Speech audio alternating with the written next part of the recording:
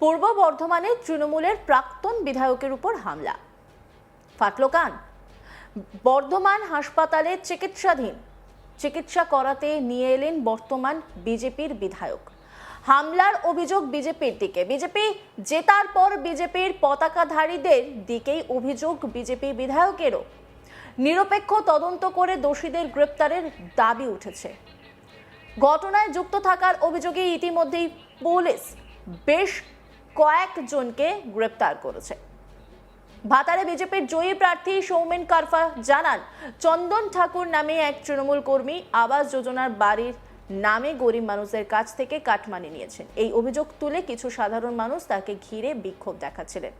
সেখানে পৌঁছাতেই ভাতারের প্রাক্তন বিধায়ক মান গোবিন্দ অধিকারীর সঙ্গে একটা অনভিপ্রেত ঘটনা ঘটে যায়, যা হওয়া উচিত হয়নি।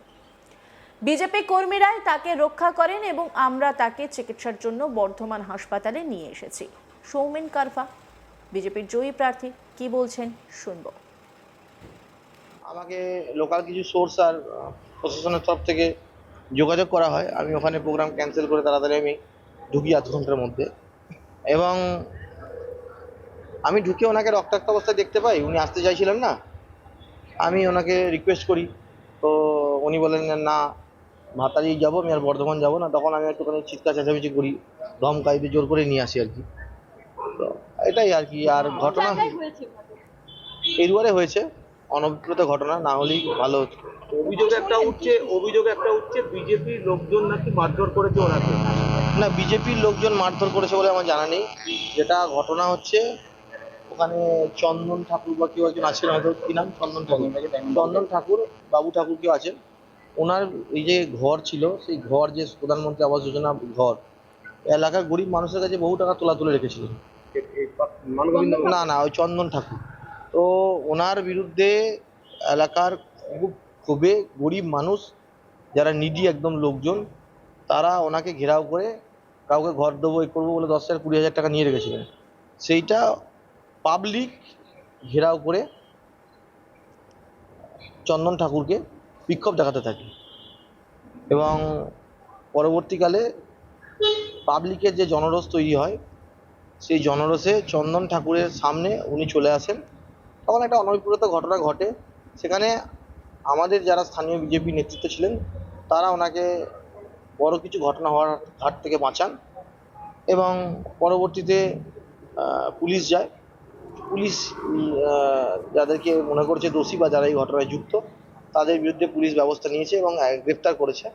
তো আমাদের তরফ থেকে বলা হয়েছে পুলিশকে, দল ও মত নির্বিশেষে যারা এই ঘটনায় যুক্ত তারা ব্যবস্থা নিন। এবং আমি এসপিকেও বলেছি এবং পুলিশকেও বলেছি যে ওনার ফ্যামিলির বা আরও যারা কনসার্ন লোকজন আছেন, তাদের বাড়ির সামনে পুলিশ পিকেটিং করে বা সিকিউরিটির ব্যবস্থা যাতে টাইট থাকে সেটা আমার জানা নেই।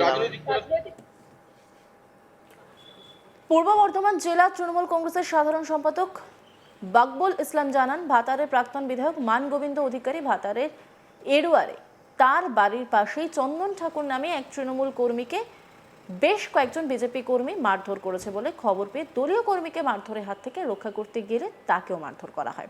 রাজ্য জুড়ে চাপা সন্ত্রাস চলছে, অফিস দখল থেকে দলীয় কর্মীদের উপর অত্যাচার চলছে, আর বিজেপি লোক দেখানোর রাজনীতি করছে। সকালে অফিস দখল করে বিকালে ছেড়ে দিয়ে বোঝাতে চাইছে তারা সৎ ও সচ্ছল, যা কিন্তু বাস্তবে নয়।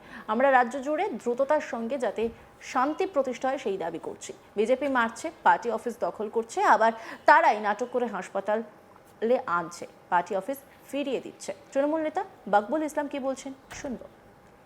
ঘটনা হচ্ছে, আমাদের ভাতারের এক্স এমএলএ মান গোবিন্দ অধিকারী, তাকে বিজেপির লোকরা মারধর করেছে।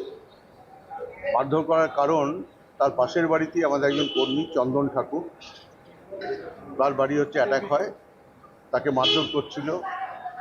আমাদের প্রাক্তন এমএলএ মান গোবিন্দ অধিকারী তাকে বাঁচাতে যায় এবং সেও আক্রান্ত হয়।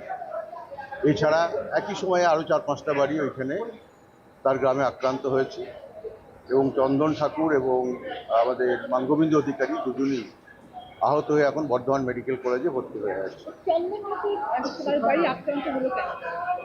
আমাদের কর্মী গোটা বাংলাতেই তো হচ্ছে, তৃণমূল কংগ্রেসের নেতা কর্মীদের বাড়ি আক্রমণ হচ্ছে, অগ্নিসংযোগ হচ্ছে, পুড়িয়ে দেওয়া হচ্ছে।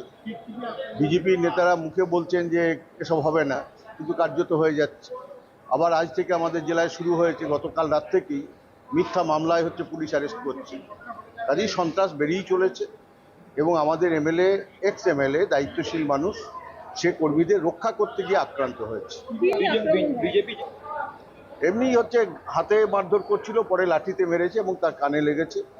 তার সিটি স্ক্যান করতে হবে, ডাক্তারবাবুরা হচ্ছে তাকে আন্ডার অবজারভেশন রেখে দিয়েছে। বিজেপি যেটা দাবি, যেটা যে সাধারণ মানুষ নাকি মারধর করেছে, এর সঙ্গে বিজেপির কোনো সম্পর্ক নেই। এটাই তো হচ্ছে নাটক চলছে। তারা হচ্ছে বিজেপির পতাকা নিয়ে যাচ্ছে, সাধারণ মানুষ হচ্ছে কেন মারধর করতে হবে? সাধারণ মানুষকে এইভাবে হচ্ছে অপমান করা উচিত না। যারা সাধারণ মানুষের কথা বলছে, সাধারণ মানুষ কেন আক্রমণ করতে যাবে? বিজেপি বিধায়ক কি দেখা গেল যে ওনাকে নিয়ে আসছে? হ্যাঁ, আমাদের গাড়িতে উনি এসছেন এবং এটাই তো হচ্ছে আমরা নাটক বলছি। সকালবেলা বিজেপির লোকরা গিয়ে পার্টি অফিস বন্ধ করে দিচ্ছে, বিকেলে গিয়ে নেতারা খুলে দিচ্ছে। এটা হচ্ছে আইওয়াশ হচ্ছে, মানুষকে বোকা বানানোর একটা কৌশল। যাই হোক, আমরা চাইবো শান্তি প্রতিষ্ঠিত হোক, আর এই ধরনের হামলা করে আমাদেরকে আটকানো যাবে না। তৃণমূল কংগ্রেস গণতান্ত্রিক পদ্ধতি আন্দোলন করবে, রাস্তায় থাকবে। ওনার কি আঘাত কিরকম আছে? কানে আঘাত লেগেছে এবং তার সিটি স্ক্যান না হলে বলা যাবে না কতটা সিভিয়ার আঘাত। সেলাই হয়েছে, স্টিচ হয়েছে। হ্যাঁ, ভর্তি করা হয়েছে, ভর্তি আছে। বিজেপি বিধায়কের দাবি যেটা, সেই চন্দনবাবু তিনি নাকি গরিব মানুষের বাড়ির টাকা নিয়েছে, তার জন্য জনরোষ তার বাড়িতে আত্মবিজয়। এখন এটা মিথ্যা কথা, এই ধরনের অজুহাত দেওয়া হচ্ছে। এতদিন হয়নি, এসব হচ্ছে, এটা কোনো কথা না।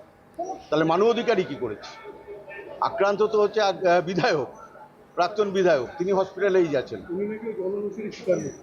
মানবাধিকারী, তাহলে তিনি কি করতে এসছেন তাকে নিয়ে হাসপাতালে? এই ঘটনায় বেশ কয়েকজনকে গ্রেপ্তার করেছে পুলিশ, যদিও ধৃতরা জানায় তাদের ফাঁসানো হয়েছে। নয়ন ভট্টাচার্য ধৃত, কি বলছেন শুনবো। কিসের জন্য আপনাদের অ্যারেস্ট করা হয়েছে? এই ধরনের ছোটোখাটো ঝামেলা হয়েছে। কিসের ঝামেলাটা কি হয়েছিল? ওই একসঙ্গে কাজের টাকা বা সব নিয়েছিল, নিয়ে টাকাটা বগুড়া দেয় না কিছু। ও টাকাটা আপনাদের আমি নই, আমার না, শিল্পী যাদের ঘর এসছে তাদের সব ঘরের টাকা। ওটা কে নিয়েছিল? চন্দন ঠাকুর। আপনাদের বিরুদ্ধে বলছে এমএলএকে নাকি মারধর, প্রাক্তন এমএলএকে মারধর করা হয়েছিল, তাই তো? কি ঘটনা? ওখানে ছিলাম যখন, আমি জানি না কিছু। মোট কয়জনকে ধরেছে আপনাদের? আমাদের বাচ্চা টাচ্চা নিয়ে 10 জন 11 জন। পূর্ব বর্ধমানের তৃণমূলের প্রাক্তন বিধায়কের উপর হামলা, ফাটল কান। বর্ধমান হাসপাতালে চিকিৎসাধীন, চিকিৎসা করাতে নিয়ে এলেন বর্তমান বিজেপির বিধায়ক। হামলার অভিযোগ বিজেপির দিকে, বিজেপি জেতার পর বিজেপি পতাকাধারীদের দিকেই অভিযোগ বিজেপি বিধায়কেরও। অন্যান্য খবরে আপডেটের জন্য অবশ্যই নজর রাখুন আজ তাক বাংলার ইউটিউব স্ট্রিমিংয়ে। লাইক, কমেন্ট, শেয়ার এবং সাবস্ক্রাইব করতে ভুলবেন না।